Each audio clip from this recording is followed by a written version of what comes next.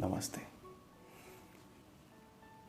Whenever there are certain disappointments, you feel dejected.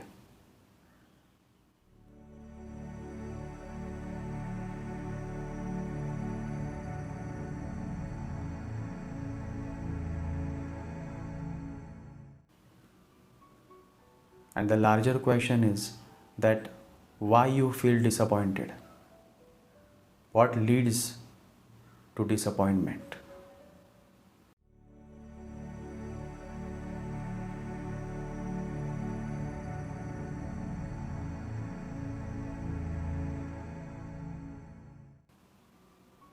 And when you are disappointed, you feel dejected.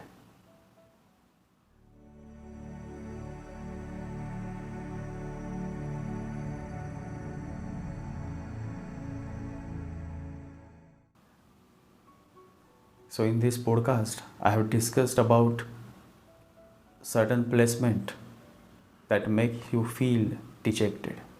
Many a times you start a business and you fail. Many a times you are in a relationship and the relationship fails. Many a times certain family member disappoints you and you feel dejected.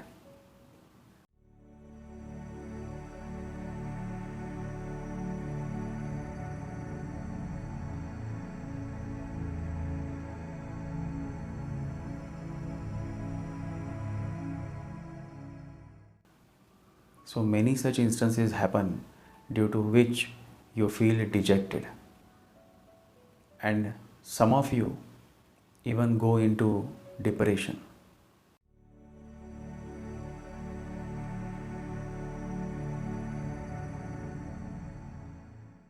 And the extreme step is when the person decides to commit suicide.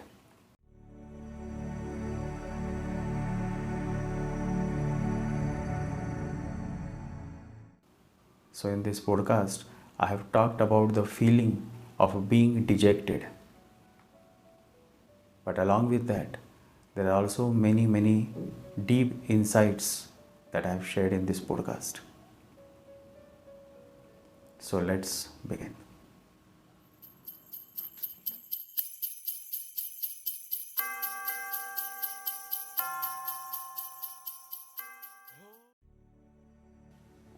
The English word dejected is defined as someone who is very unhappy because of a certain disappointment. In life, there are moments of unhappiness, moments of disappointments, failure in business, failure in relationships, failure in family relations, failure in career. The source of feeling unhappy or dejected is failure. Mohan asked, which astrological planet or entity is responsible for feeling dejected in life? I smiled and said, Mohan, you have asked a beautiful question. I will answer. We are born again in this human world because of our desires. Depending on the quality of our desires, our birth happens. After we take birth, it is our desires that continue to drive us. The whole story of human life is the story of desires. Desires are many, and when one desire is fulfilled, a new desire is born. First, you desire to find a beautiful woman. Then you desire to marry her. Then once married, you desire to have children. Then once you have children, you desire to attain certain things for your children. Once you attain those things, you desire to see your children attain success in life. And then you desire for their marriage. Then you desire to see your grandchildren. Then you desire to spend time with your grandchildren. Then you desire that all your children take care of you when you become very old. and then when you are dying, you desire to have a successor who would carry forward your lineage. So the cycle of desires continues. After you are dead, you still have many new or old unfinished desires that drive you towards a new birth cycle. So, at the very root of human birth and rebirth is desire. And since life never comes with a promise of fulfilling all your desires, you are bound to face disappointments whenever your desire remains unfulfilled. And these disappointments eventually makes you feel dejected. So you see, desire is the cause of your pain. In astrology, which entity signifies desire? And the answer is Rahu. Rahu is what drives you crazy. The other name for desire is Rahu. And why Rahu is the other name for desire? Because Rahu or desire is born out of ignorance. The very idea that if I become a rich man, then I will be happy is the outcome of your ignorance. The very idea that if I find a beautiful woman, then I will be the most luckiest person is the outcome of your ignorance. There are millions of men who have found beautiful women. Ask them and they will share their miserable stories with you. The very idea that if I become immortal, then I will be the most luckiest person is also the outcome of your ignorance. Reminds me of Alexander the Great. There is a story about Alexander the Great that he was in search to find something which can make him immortal. Everybody is in search of something like that, and when Alexander is in search, he will find it. He was such a powerful man. He searched, and once he reached to the cave where some wise man has told him that if you drink the water of that cave, there is a stream in the cave, you will become immortal. Alexander must have been foolish. All Alexanders are foolish. Otherwise, he should have asked the wise man whether he had drunk from that stream or not. He didn't ask. He was in such a hurry, and who knows, he may not be able to reach the cave and before he dies. So he rushed. He reached to the cave. Inside it, he was very happy. Crystal clear the water was there. He had never seen such a water, and he was going to drink the water when suddenly a crow who was sitting in the cave said, "Stop! Don't do it. I have done and I am suffering." Alexander looked at the crow and said, "What are you saying? You have drunk, and what is the suffering?" He said, "Now I cannot die, and I want to die. Everything is finished. I have known everything that life can give. I have known love, and I have grown out of it. And I have known success. I was a king of crows, and now I am fed up. And I have known everything that can be known. And everybody I knew has died. They have gone back to rest, and I cannot rest. I have tried all efforts to commit suicide, but everything fails. I cannot die because I have drunk from this condemned cave. It is better that nobody knows about it. Before you drink, you meditate on my condition, and then you can drink.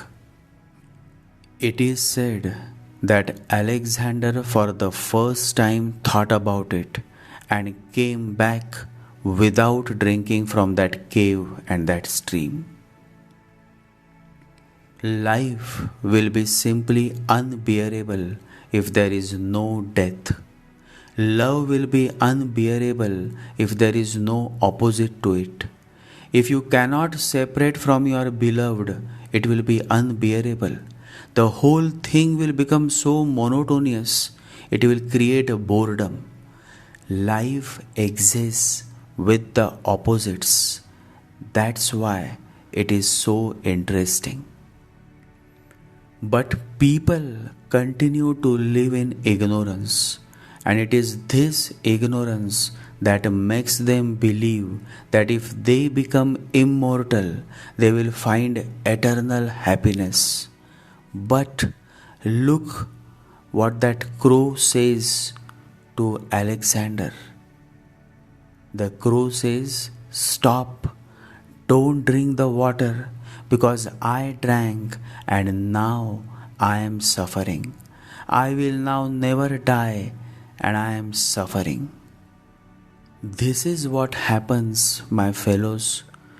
All that you desire for becomes the cause of your misery. You desired for a beautiful woman, you got her, and then what happened? You started suffering because of her.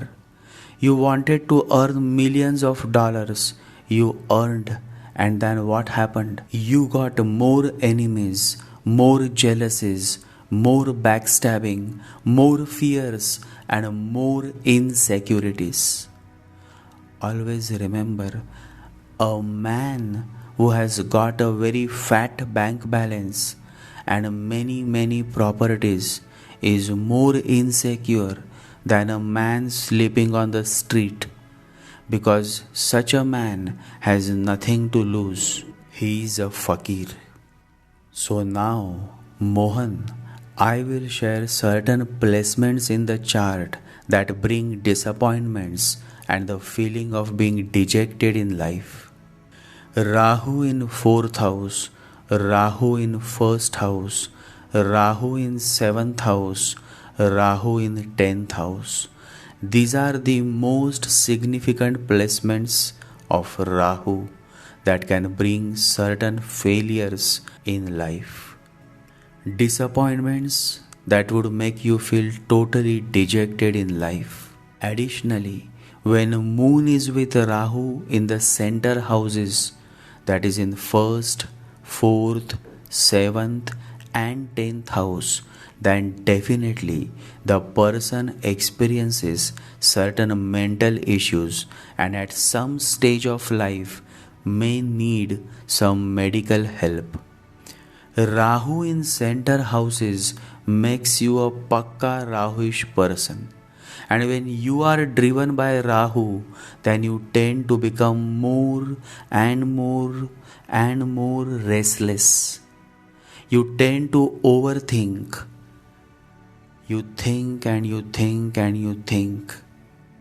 And because of this overthinking, because of this restlessness, you feel dejected. And this restlessness comes because there are so many desires, so many illusions that you have nourished within you, that these illusions and desires eventually lead you to disappointments, and disappointments brings on the feeling of being dejected in life. The only savior to such difficult placements of Rahu is the placement of Sri Guru, that is Jupiter.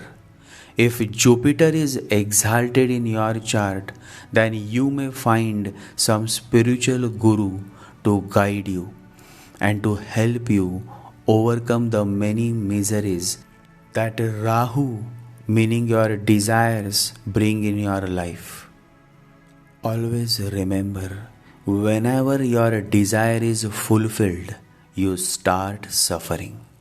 That is why the Divine Master says, think before you desire a thing. There is every possibility that it will be fulfilled, and then you will suffer. That's what happens to a rich man. He was poor, then he desired riches, and desired and desired, and now it is fulfilled. Now he has become a millionaire, but now he is unhappy. Now he is crying and weeping, and he says, my whole life has gone accumulating worthless things, and I am unhappy. But this was his desire. If you desire knowledge, it will be fulfilled. Your head will become a great library, many scriptures, but then in the end you will weep and cry and scream only words and words and words and nothing substantial, and I have wasted my whole life. There was one famous godman. He was very famous in India, and he preached for 32 years. And then one day he realized that instead of spending 32 years in preaching people, if he would have spent those 32 years for his own spiritual growth, then he may have attained nirvana, spiritual enlightenment. Remember, you cannot transform people into Buddhas. Many have tried and all have failed miserably. Because the truth is that you can transform yourself and nobody else. You can dive within your being and attain self-realization. You can bring transformation within you. However, you cannot transform others. You can become an inspiration for others to transform, but you cannot transform others.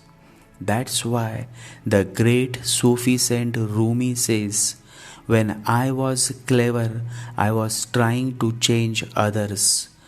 When I became wise, I started to change myself. In your path and in your spiritual journey, many of them, especially your family members, especially the elder family members, will try to ridicule you. They will try to belittle you. They will insult you. They will try to pull you back by referring to your past life mistakes. But let me tell you, all of these instances and pains are the test of your life. Always remember, God tests those whom He loves the most. So all the insults and offending comments that you receive from your family members is to test your strength, is to test your faith in God. Always remember, when you start transforming, when you start progressing on your spiritual path, many people will try to pull you back. Many people will try to cause much disturbance in your life. Many people will try to ridicule and demotivate you. This is how God works. God will put you on more difficult tests as you move closer to God. This is how it happens. This is the way of its happening. And when you don't give up, when you continue to walk on the path of devotion, path of love, that is when a day comes when God comes in search of you. When the Guru comes in search of you. And that is the most beautiful moment of your life. That is when the melting happens. That is when you experience oneness. And then There is no looking back. The road is clear and you are ready to walk. Always remember, whenever you start doing something good for yourself as well as for the society, you will have to face many negative men and women who will try to stop you. But it all depends on how strong is your faith. It all depends on how deeply you believe in yourself. It all depends on how much inner growth has happened within you. It all depends on how much efforts you have been taking towards your inner growth. From the very beginning of time, goodness had to face many obstacles and sufferings from cheap, ignorant fellows. Sai Baba was harassed by some local villagers of Shirdi. Akkalkot Swami Samartha was harassed. Jesus was crucified. Prophet was forced to leave Mecca. Lord Rama was forced to prove his wife's purity.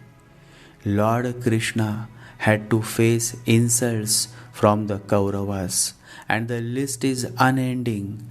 The essence of the matter is that whenever you start transforming for good, whenever you start doing good for the society, you will have to face many oppositions and hurdles, but you must never give up. You should continue with your mission. You should remain focused on your goal. Neem Karoli Baba used to say that there are people who get exactly what they want. You think they are the lucky ones, but they are not. The lucky ones are those who do what they are meant to do. And so, if you are a good-hearted fellow, if you are walking on the path of goodness, path of devotion, path of love, then please continue walking, because that's why you are born, to do what you are meant to do. Love to all my close followers. I love you all. You all stay blessed and continue to meditate and chant every day. Om Ram Krishna Hari, Om Ram Krishna Hari, Om Ram Krishna Hari. Jai Sri Ganesha, Jai Guru.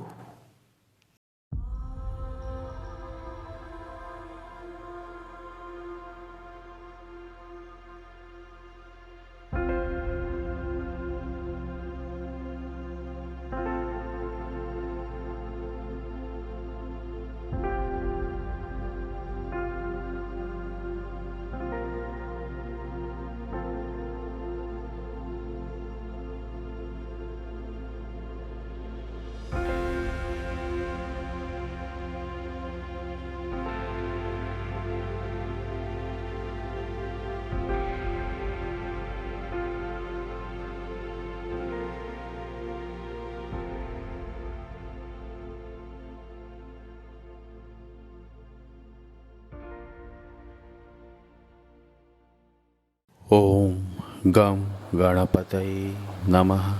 Om Gam Ganapataye Namaha. Om Gam Ganapataye Namaha.